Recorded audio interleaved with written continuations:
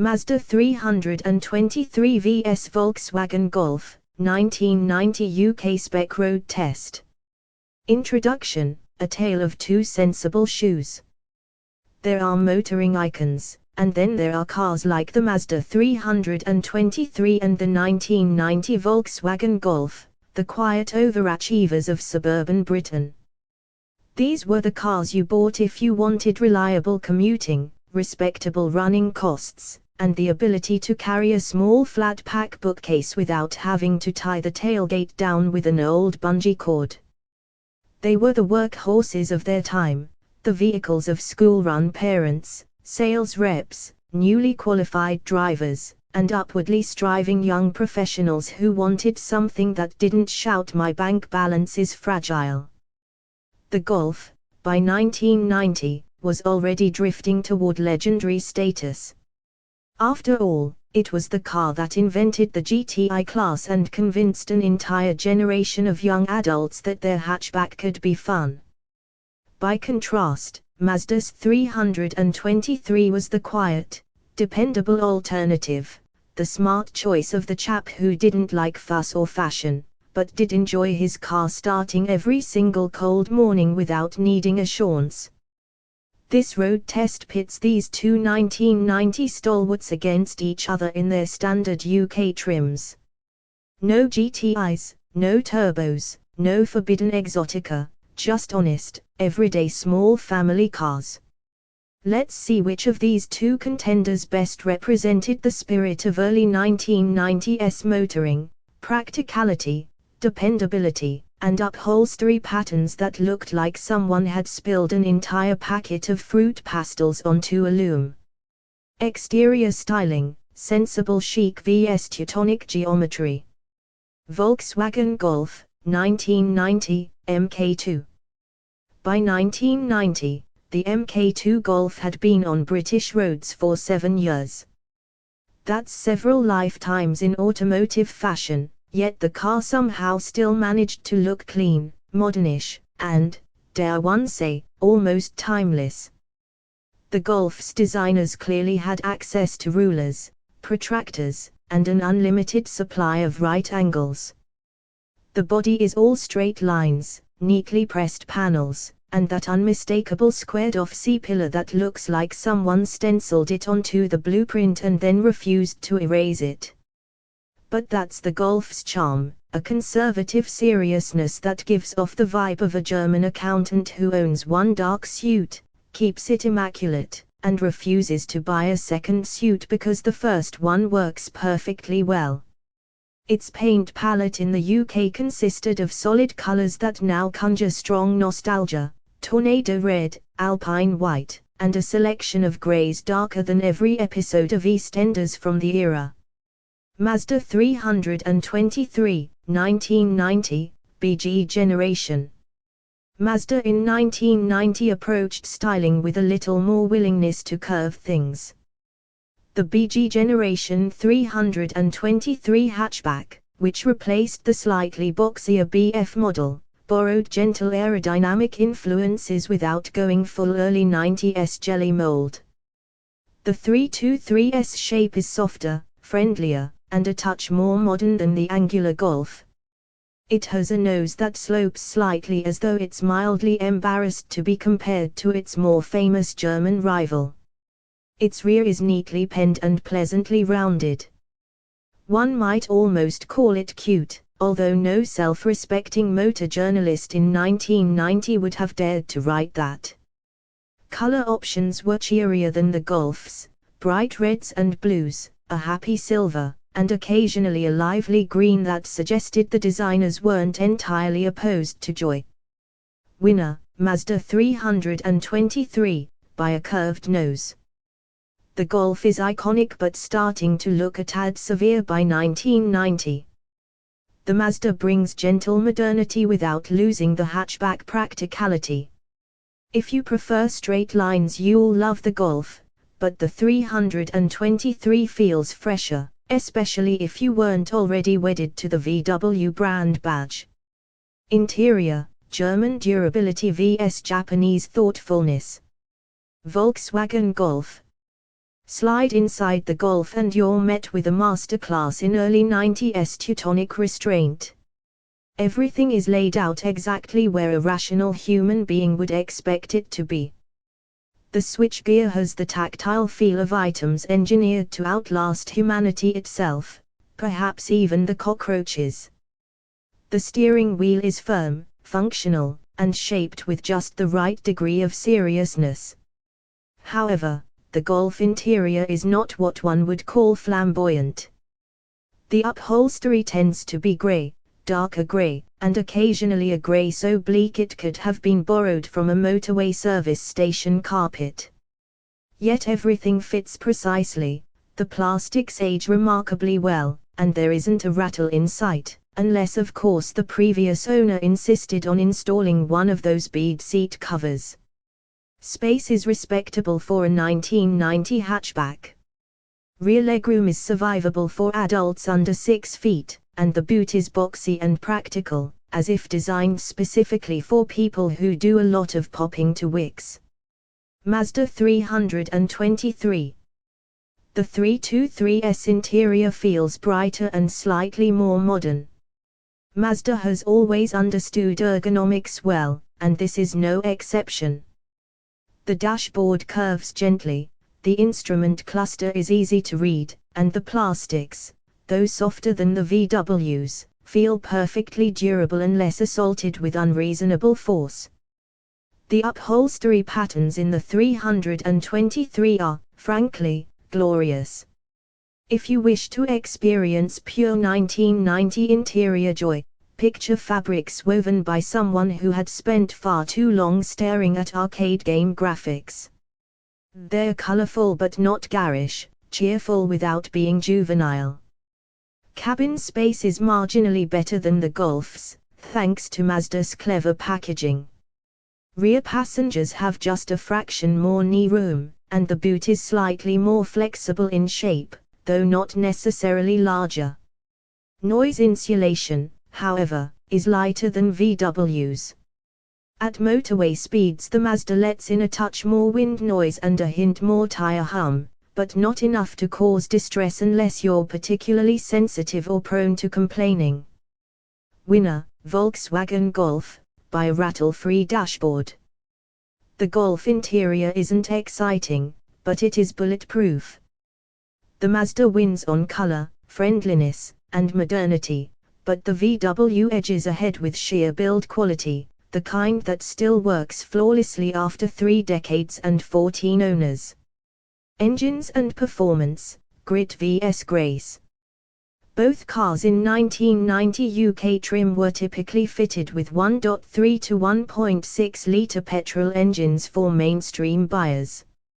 For fairness, we'll compare their popular 1.6-litre offerings, the sweet spot for everyday driving. Volkswagen Golf 1.6, 1990 UK-Spec.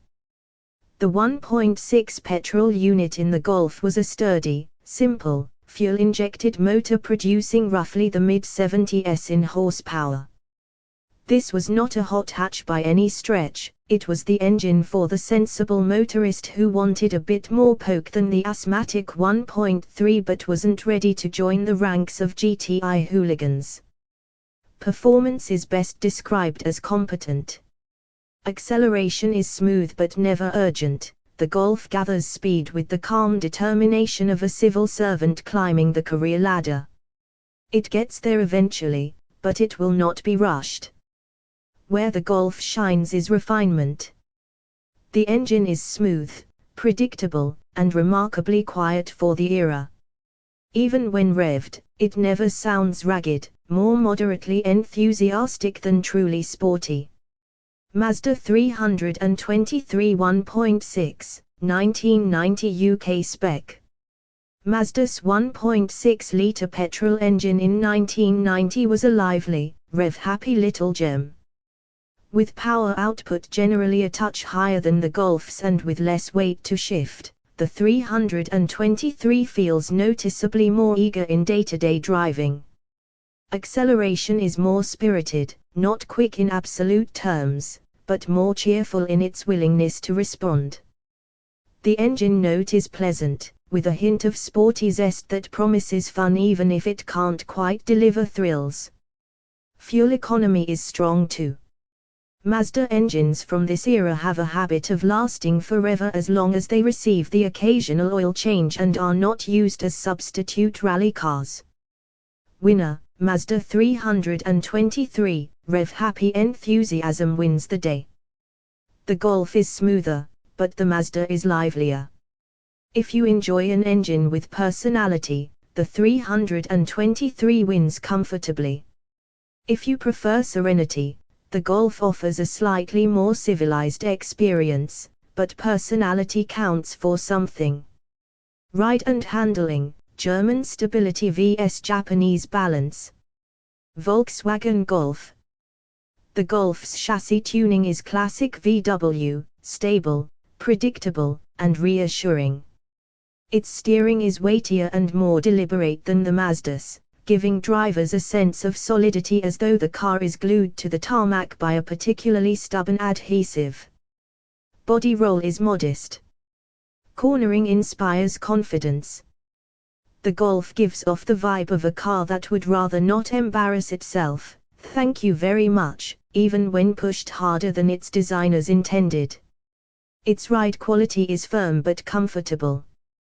Potholes and road imperfections are managed rather than absorbed, with the feedback of a school teacher telling you that you could have phrased that a little better. Mazda 323. The 323's handling is light, responsive, and unexpectedly playful. Mazda's long-standing approach to chassis tuning, favoring agility and driver engagement, shines through even in this sensible family hatch. The steering is lighter than the Golf's, giving it a sense of nimbleness. The car darts willingly into corners and offers more front-end bite than the VW at moderate speeds. It feels youthful, energetic, and, dare one say, more fun. The ride is softer than the Golf's, making it slightly more comfortable over rough roads. But this softness also means it rolls a little more in corners, though not to an alarming degree. Winner, draw, depends on your driving philosophy. Golf, better high-speed stability and a professional seriousness. Mazda, lighter, more playful, more enjoyable on a winding B-road. Enthusiasts will prefer the Mazda, commuters may favor the Golf.